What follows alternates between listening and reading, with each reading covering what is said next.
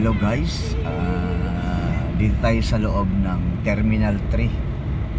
Ayan, hanap tayo ng pasahero kaso nga lang baka wala pang arrive na aeroplano kaya walang booking. Ayan. Pero ganun pa man, nasa loob ako. Pag wala, ikot na naman tayo. Ayan. Walang pasahero. Yan ang grab book namin. Yung mga pumapasyal ng halimbawa gusto nyo magpa-booking ng grab, yung wala kayong app sa grab, yan, lapit lang kayo dito sa grab book. Ayan yung grab book, yung kulay green. Ayan, wala man lang para pasahero. Ayan, ganito talaga, tapat-tapat. Pagdating ko, paghatid kasi ako dito galing J-Liner.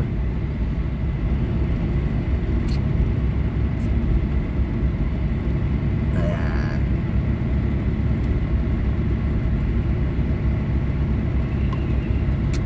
Ikot-ikot lang tayo pag wala. Ganun lang ang style dito sa paghahanap ng pasahero.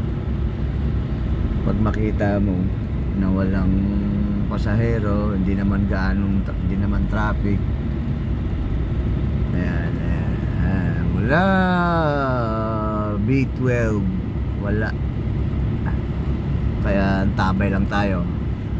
Sunod-sunod lang tayo dito sa mga private. Hanap tayo ng pasahero.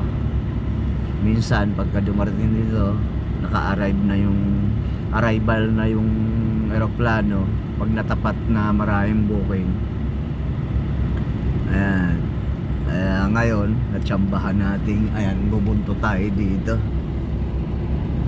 Kasi parang parating na yata, may lumalabas. Pero parang ayaw yata umalis dito yung ikot na lang tayo. Ayan, ang buhay ng Grab. Ayan, may mga parating na. Ayan, oh. Sana may mag-book bago ako makalabas ng airport ng Terminal 3 para hindi na ako umikot. Kahit lumampas ako dito sa Bay 10 ay nasa B9 na ako. Lampas tayo dito sa B11 tayo para pag may nag-book sabihin na lang natin na nasa B10 tayo. Kaso alanganin, wala tayong mapistuhan. Ikot talaga tayo nito. Ay nako, buhay. Sana may mag-book na. Ayan, nasa B12 tayo. Ayan, pag may nag-book sabihin na lang natin nasa B12 tayo.